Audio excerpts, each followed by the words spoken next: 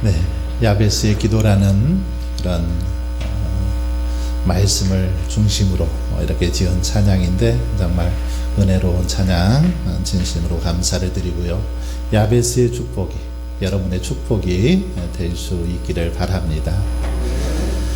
어렸을 때 열병을 알아서 앞을 볼 수도 없고 또 들을 수도 없고 말도 제대로 하지 못했던 이 헬런 켈러가 있습니다. 이 헬런 켈러가 어느 날 숲속을 다녀온 친구에게 너는 숲속에서 무엇을 보았느냐 라고 그렇게 물어보았습니다.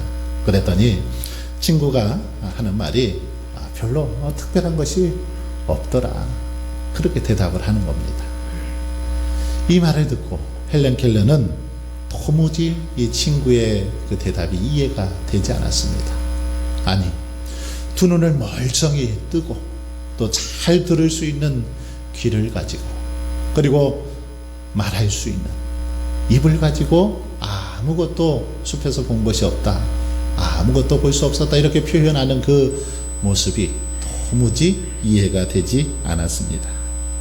그래서 비록 보지도 듣지도 말하지도 못했던 헬런 켈러는 스스로 만약 단 사흘만이라도 3일만이라도 자신이 볼 수 있다면 어떤 것을 보고 느낄 것인지 미리 계획을 세워보았습니다.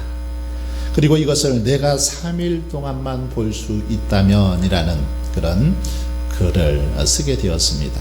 제가 한번 헬런 켈러의 글을 읽어보겠습니다. 첫째 날, 나는 친절과 겸손과 우정으로 내 삶을 가치 있게 해준 설리반 선생님을 찾아가 이제껏 손끝으로 만져서만 알던 그녀의 얼굴을 몇 시간이고 물끄러미 바라보면서 그 모습을 내 마음속에 깊이 간직해 두겠다. 그리고 밖으로 나가 바람에 나풀거리는 아름다운 나뭇잎과 들꽃들, 그리고 석양에 빛나는 노을을 보고 싶다. 둘째 날, 먼동이 트며 밤이 낮으로 바뀌는 웅장한 기적을 보고 서둘러 메트로폴리탄에 있는 박물관을 찾아가 하루 종일 인간이 진화해온 궤적을 눈으로 확인해 보고 싶다. 그리고 저녁에는 보석 같은 밤하늘의 별들을 바라보면서 하루를 마무리하겠다. 마지막 셋째 날, 사람들이 일하며 살아가는 모습을 보기 위해 아침 일찍 큰 길에 나가 출근하는 사람들의 얼굴 표정을 볼 것이다. 그러고 나서 오페라 하우스와 영화관에 가서 공연들을 보고 싶다.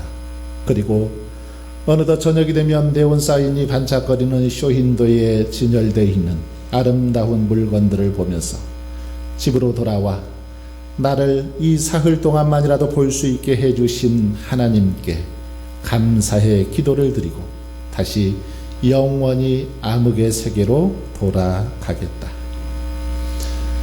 헬런 켈러의 이 글은 당시 대공황을 앓고 후유증을 겪고 있던 미국인들에게 큰 위로와 감동을 주었습니다. 그래서 리더스 다이제스트는 이 글을 20세기 최고의 수필이다, 그렇게 극찬하기도 했던 걸 볼 수 있습니다. 여러분, 우리는 헬런 켈러가 그토록 보고자 소망했던 일들, 이것을 날마다 우리의 일상 속에서 그렇게 보면서 들으면서 살아가고 있습니다. 뭐 특별한 대가도 지불하지 않고 아무런 감동과 감격도 없이 무심코 어쩌면 지나쳐 버릴 때가 많이 있습니다. 이것들이 얼마나 크고 놀라운 은총이요 기적인지 감사한 일인지 깨닫지 못하면서 그렇게 살아가더라는 것이죠. 그래서 헬런 켈러는 우리들을 향해서 이렇게 말하고 있습니다. 내일이면 귀가 안 들릴 사람처럼 새들의 지저김을 들어보라. 내일이면 냄새를 맡을 수 없는 사람처럼 꽃향기를 맡아보라. 내일이면 더 이상 세상을 볼 수 없는 사람처럼 세상을 보라. 여러분, 만일 여러분들이 듣지 못하고 보지 못한다라면 아니 냄새를 맡을 수 없다라면 어떨까요? 지금 이 순간이 가장 소중한 시간이 될 것입니다. 당장 내일부터 앞을 볼 수 없고 들을 수 없고 냄새를 맡을 수 없다라면 지금 이렇게 앞을 보고 듣고 예배할 수 있고 아름다운 향기를 맡을 수 있는 것이 너무너무 감사하지 않을까요? 우리는 너무나 당연하다는 듯이 그렇게 보고 듣고 말하고 살아가지만 헬런 켈러에게는 보고 듣고 말하는 것 너무도 간절한 소망과 기대였습니다. 그러나 우리들은 어떻습니까? 건강하기 때문에 잘 모르는 것 같습니다. 아파봐야만 건강이 얼마나 소중한 것을 깨닫지 않습니까? 저도 몇 년 전에 운동을 하다가 종아리 근육이 이렇게 파열돼서 목발을 짚고 다닌 적이 있습니다. 2개월 동안 목발을 짚고 다니는데 평소에는 그냥 성큼성큼 걸어 다니고 또 사무실이 2층이라 그냥 뛰어 올라가듯이 그렇게 사무실을 오르내리고 뭐 이렇게 주차장에서 집까지 사택까지 왔다 갔다 하는데도 전혀 불편함이 없었습니다. 그런데 목발을 짚고 다녀보니까 그 계단이 왜 그리 높은지요. 주차장에서 그 사택까지 가는 뭐 한 200~300m 되는 거리지만 그 거리가 왜 이렇게 멀게 느껴지는지요. 예배 시간에 앉았다 일어나는 것도 곤혹스럽고 움직이는 것 자체가 곤혹이었습니다. 화장실 한번 갈래도 굉장히 불편함을 느꼈던 적이 있습니다. 다쳐보니까 평소에는 잘 몰랐는데 걷고 앉고 그렇게 마음껏 활동하는 것이 참 감사하다라는 사실을 깨닫게 되었습니다. 우리 성도님들 중에는 이렇게 연세가 드시면서 몸이 불편하신 분들이 많이 계십니다. 귀가 이렇게 잘 들리지 않으신 분들도 계시고 걷기가 불편하셔서 이렇게 절뚝거리면서 성전에 나오시는 분들도 있습니다. 그런데 그럼에도 불구하고 매주 사모하는 마음으로 성전에 나오시고 또 집중하여 예배하는 그 모습을 보면서 제가 도전과 감동을 받기도 합니다. 여러분, 건강한 사람들은 전혀 의식하지 못하고 살아가지만 이렇게 몸이 불편한 분들에게 있어서 건강한 사람들의 모습 참 부럽습니다. 정말 큰 부러움의 대상이지요. 이분들의 가장 간절한 기대와 소망이 있다면 무엇일까요? 건강 회복일 것입니다. 나도 젊을 때에 한 30년 전의 나이로 한번 좀 돌아가서 며칠 좀 살아봤으면 건강한 모습으로 마음껏 뛰며 활동해 봤으면 하는 그런 바람이 있을 것입니다. 경제적인 어려움에 처해서 하루하루 근근히 살아가는 분들, 이들의 소망이 있다면 좀 돈을 잘 벌어서 넉넉하게 좀 사용하면서 살아보고 싶은 그런 소망도 있을 것입니다. 코로나19로 인해서 많은 어려움들을 겪고 있는데 이들은 하루속히 코로나가 종식되기를, 소멸되기를 바라고 있을 것입니다. 가족 구원을 위해서 수년을 하루같이 눈물로 부르짖는 분들에게는 가족들이 교회에 나와서 함께 신앙생활하는 것, 이것이야말로 가장 큰 기대요 소망일 것입니다. 여러분, 사람들은 이렇게 모두 기대를 가지고 살아갑니다. 소망을 가지고 살아가죠. 그리고 그것이 이루어질 때 행복을 느낍니다. 기쁨을 느끼는 거지요. 오늘 본문에 보면 사도 바울도 마음속에 간절한 기대와 소망을 가지고 있는 걸 볼 수 있습니다. 바울의 소망은 여러분 무엇입니까? 건강한 모습이었습니까? 부유하게 사는 것이었습니까? 그렇지 않습니다.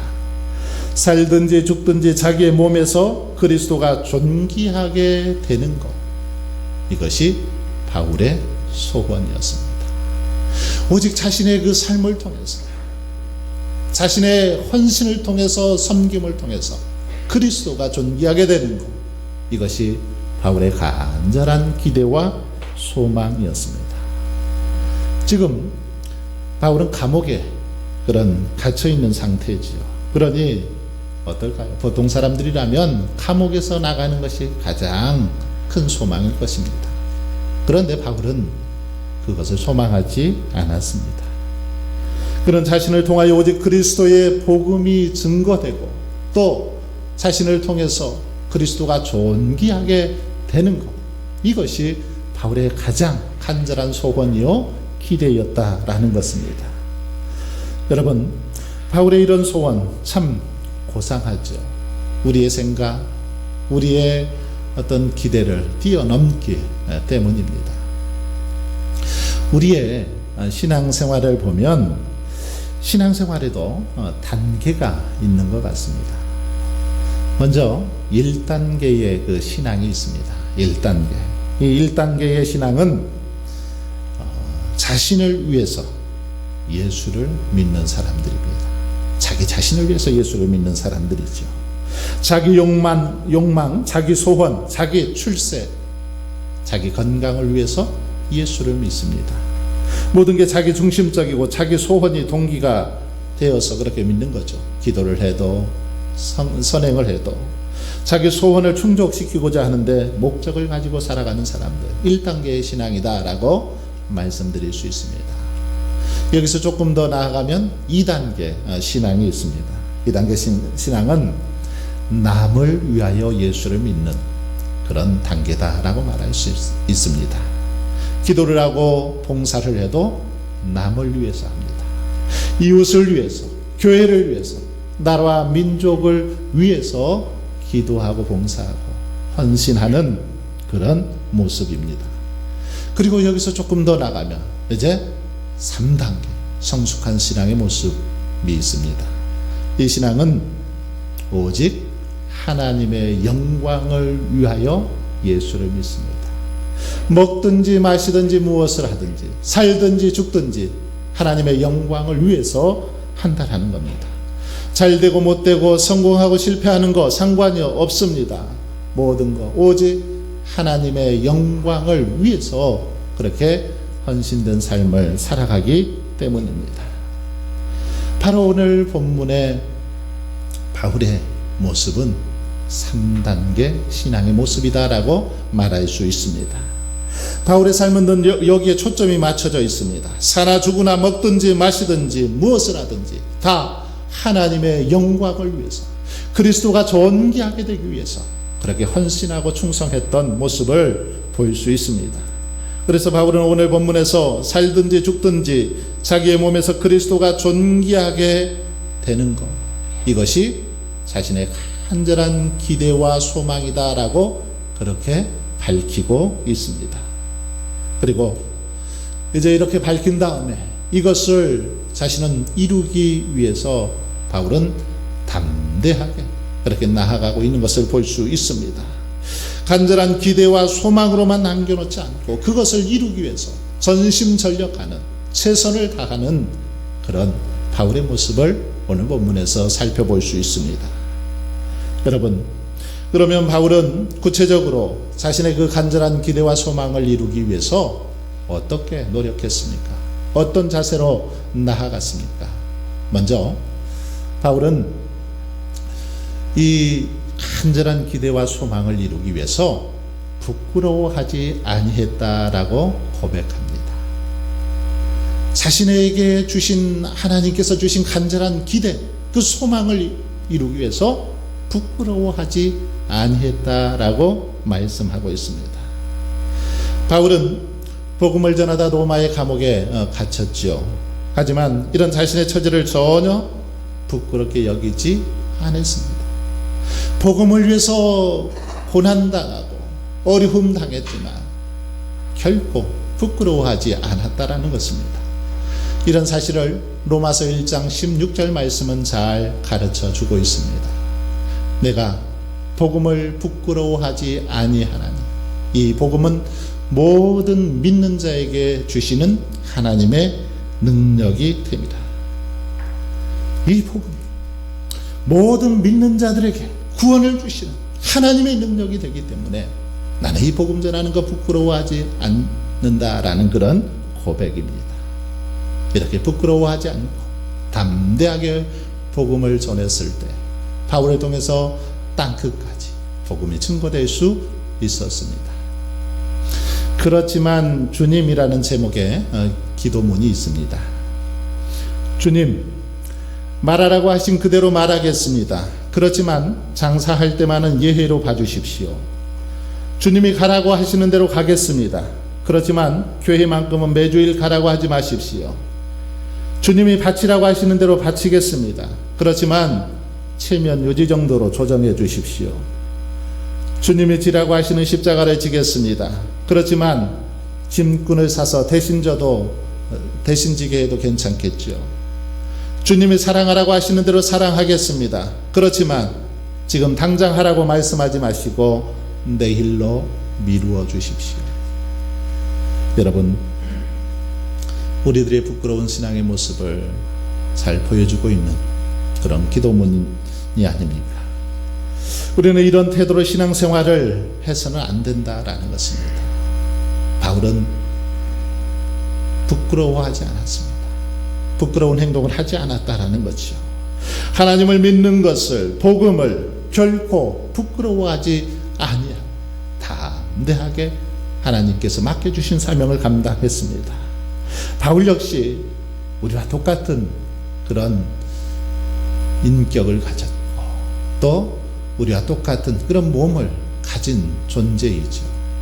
바울 역시도 완벽한 인격의 소유자가 아니라는 거죠. 그래서 바울은 오호라 나는 곤고한 자로다 그렇게 탄식하면서 자신 안에 그 정욕과 또 육체의 소욕과 하나님의 그 말씀대로 살고자 하는 그 마음이 서로 계속해서 갈등을 일으키는 그런 고백을 하고 있는 걸 볼 수 있습니다.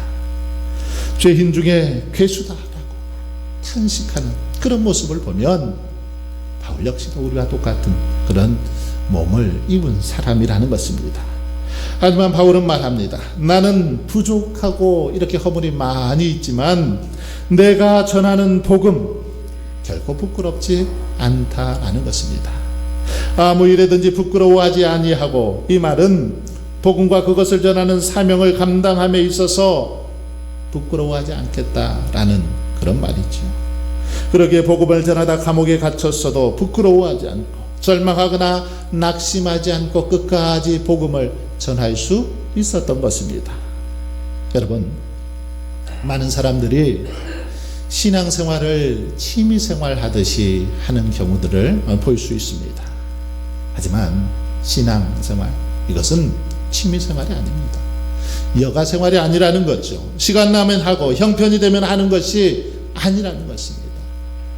신앙생활은 우리에게 주신 사명과 직분을 깨닫고 부끄러워하지 아니하고 하나님께서 맡겨주신 그 사명을 감당하기 위해서 최선을 다하는 그런 믿음의 모습이어야 한다는 것입니다.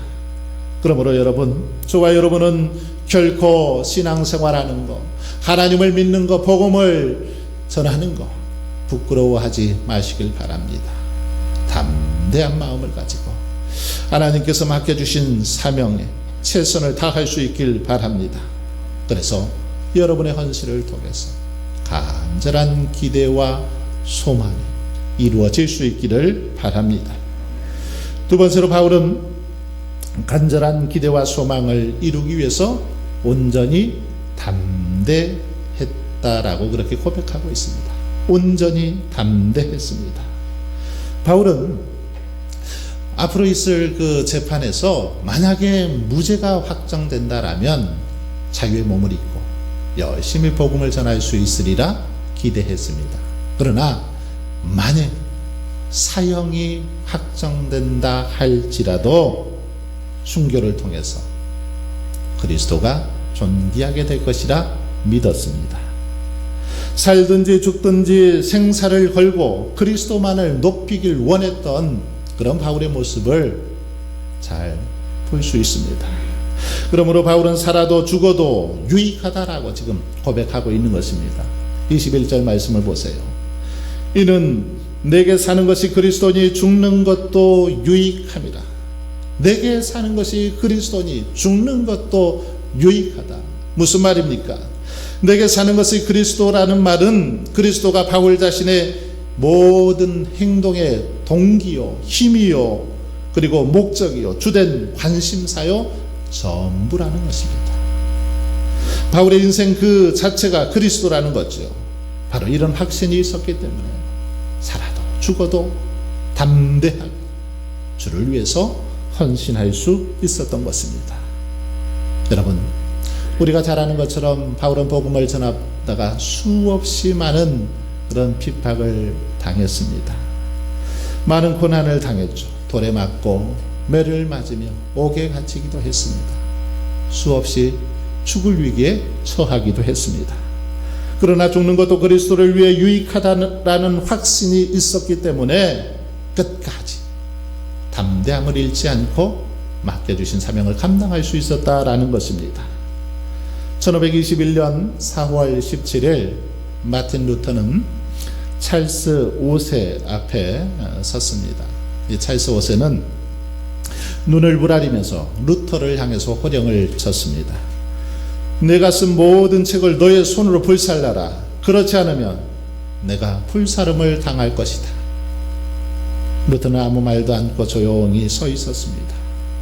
그때 다시 한번 외칩니다. 너의 책은 교황을 무시하고 교황을 욕하는 내용으로 되어 있다. 이것은 도저히 용서할 수 없는 일이다. 어쩌겠나? 대답을 해라. 그렇게 계속해서 찰스 5세가 호통을 칩니다. 이때 루터가 무겁게 입을 열었습니다. 그러면서 이렇게 말합니다.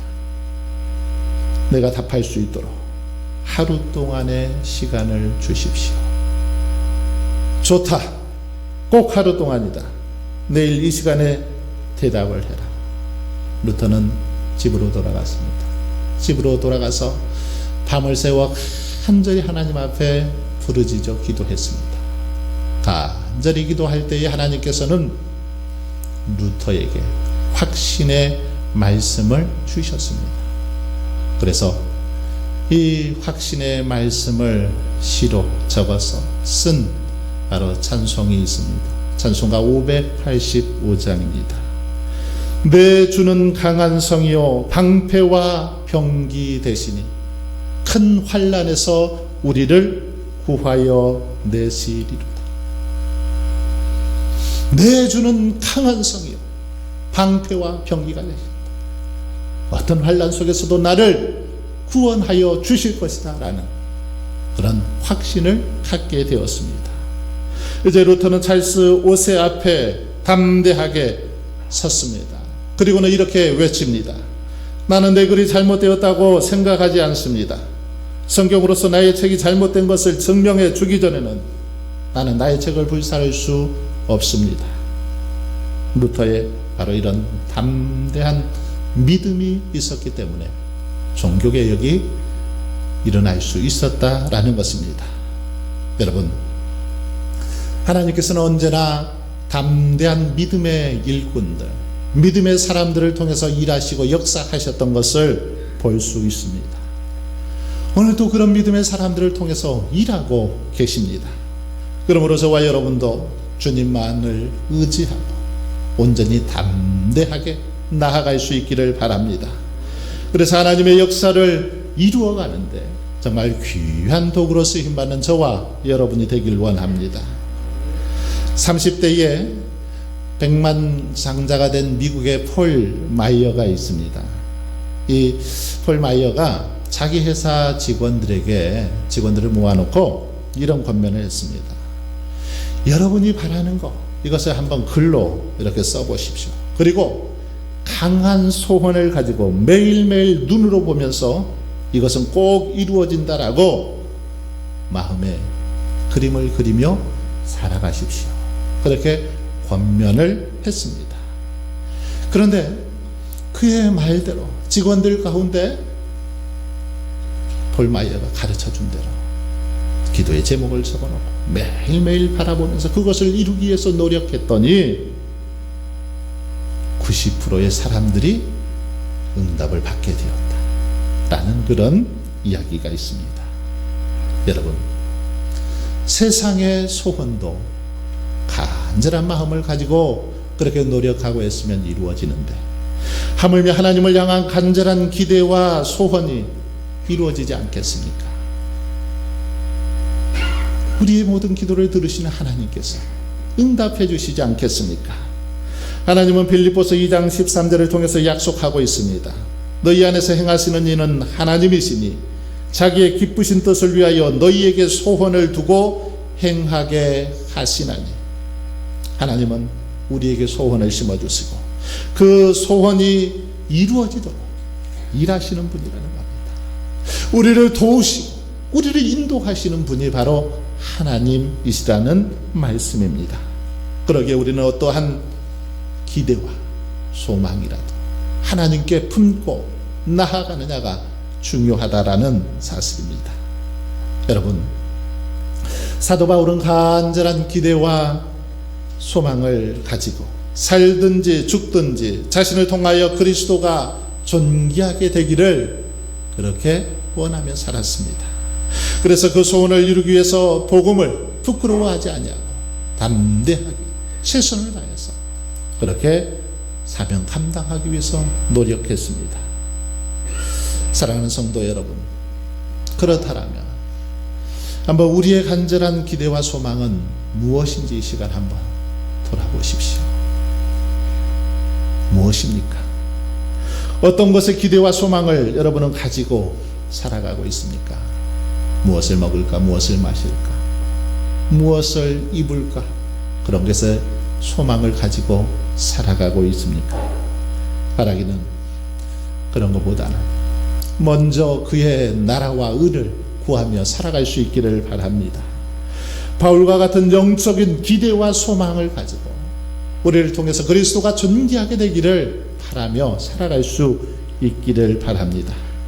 올 한 해 힘써 하나님을 예배하고 몸된 교회를 세우고 부흥을 꿈꾸는 그런 거룩한 소망을 품고 살아갈 수 있기를 바랍니다. 날마다 하나님의 말씀을 묵상하고 그 말씀이 우리의 영혼에 보약이 되어서 더욱 강건한 모습으로 사명 잘 감당할 수 있기를 소망하며 꿈꾸며 살아갈 수 있기를 바랍니다. 변함없이 주님을 사랑하여 무슨 일에나 부끄럽지 않고 항상 담대하여 사나 죽으나 주님만을 높이기 위해서 그렇게 늘 하나님 앞에 부르짖어 기도하며 최선을 다해서 사명 감당해 나갈 수 있기를 바랍니다. 그래서 하나님 기뻐하시는 하나님의 이름만을 드러내고 하나님의 영광만을 온전히 드러내는 저와 여러분의 삶이 될 수 있기를 주님의 이름으로 축원합니다.